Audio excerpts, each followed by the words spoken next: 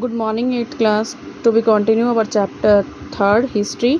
आज का हमारा टॉपिक है, ये भी इंडिगो से ही जुड़ा हुआ जो टॉपिक है उसी का एक और आगे आगे ये टॉपिक है छोटे छोटे से। यहाँ है Britain turn to India faced with the rising demand for indigo in Europe. अब यूरोप में जो नील की डिमांड है बहुत बढ़ गई है and the company in India looked for way to expand the area under indigo cultivation. अब जो कंपनी है इंडिया में वो ये देख रही है कि यहाँ पे जो नील की खेती का एरिया उसको और बढ़ाया जाए। Turn on next page. From the last decade of the 18th century, 18वीं सदी के जो पिछले दहाके थे, पिछले 10 साल का जो टाइम था इंडिगो कल्टीवेशन का इन बंगाल एक्सपेंड, वो बंगाल में बहुत तेज़ी से बढ़ा, रैपिडली, बहुत तेज़ी से। And Bengal indigo came to dominate.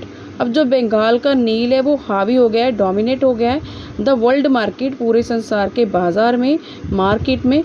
In 1788 only about 30% of Indigo imported. अब सिर्फ 30% जो नील है वो बाहर से मंगवाया जा रहा है into Britain was from India. And by 1810, 1810 में द प्रपोर्शन हैड गोन, यही जो अनुपात है वो पहुंच गया 95% तक। As the indigo trade grew, जो नील का व्यापार है वो बढ़ गया। Commercial agents and official of the company began to investing. अब जो कंपनी के अधिकारी थे, जो व्यापारी थे, अब उन एजेंट्स थे, उन्होंने सब ने जो नील की खेती के लिए इन्वेस्ट करना शुरू कर दिया, नील के उत्पादन के लिए, इंडिगो प्रोडक्शन के लिए निवेश करना शुरू कर दिया, यानी कि पैसा लगाना शुरू कर दिया इस पर ज़्यादा की उम्मीद से। Over in year many company official left their job, बहुत सारे कंपनी के जो अधिकारी थे, कर्मचारी थे, उन्होंने जॉब छोड़ दी to look after their indigo business, अपना जो नील का बिजनेस है उसकी देखभाल के लिए। Attracted by the prospect of high profit, उनको ज़्यादा जो लाभ है, प्रॉफिट है, फ़ायदा है, अपनी तरफ खींच रहा था। नेमर्स स्कॉटिश मैन, बहुत सारे जो स्कॉटिश मैन थे, स्कॉटलैंड के रहने वाले Scottish man and English man came to India, Bharat आए एंड बिकेम प्लांटर, और जो बागान मालिक बन गए। And those who had no money, और जिनके पास पैसा नहीं था, टू प्रोड्यूस इंडिगो, नील का उत्पादन करने के लिए, could get loan from the company, वो कंपनी से लोन ले सकते थे। एंड बैंक्स, और बैंक से, that were coming up at a time. How was Indigo cultivate, जो नील की खेती कैसे की जाती थी, कल्टीवेटेड कैसे खेती होती थी। देयर वर 2 मेन सिस्टम्स, यहाँ पे 2 सिस्टम थे इंडिगो कल्टीवेशन के, एक निज और रैयती।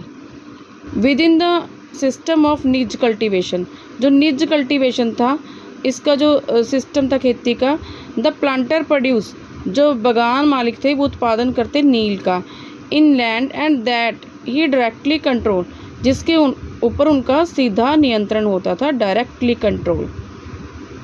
व्हाट इज निज सिस्टम, यहाँ पे जो क्वेश्चन बन गया, what do you know about the निज कल्टीवेशन सिस्टम।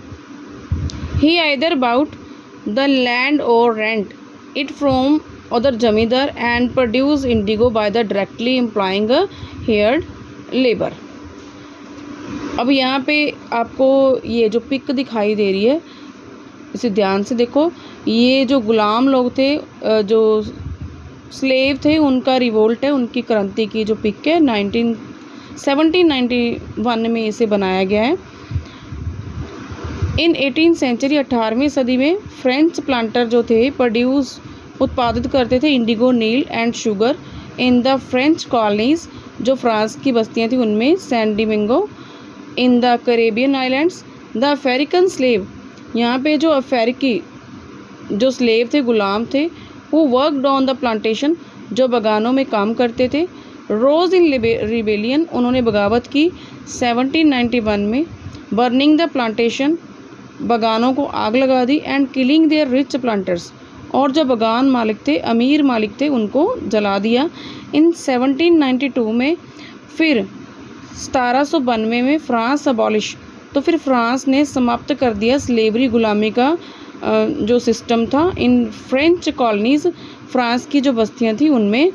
दीज इवेंट, ये जो घटनाएं led to the collapse of indigo plantation, इससे जो खेती के जो नील के बागान हैं वो भी ख़त्म होना शुरू हो गए। And on the Caribbean island, जो करेबियन आइलैंड था, टापू था, उस पर। अब यहाँ पे क्वेश्चन भी क्रिएट हो गया है, when was slavery abolish in France, what is its impact on Indigo cultivation या प्लांटेशन।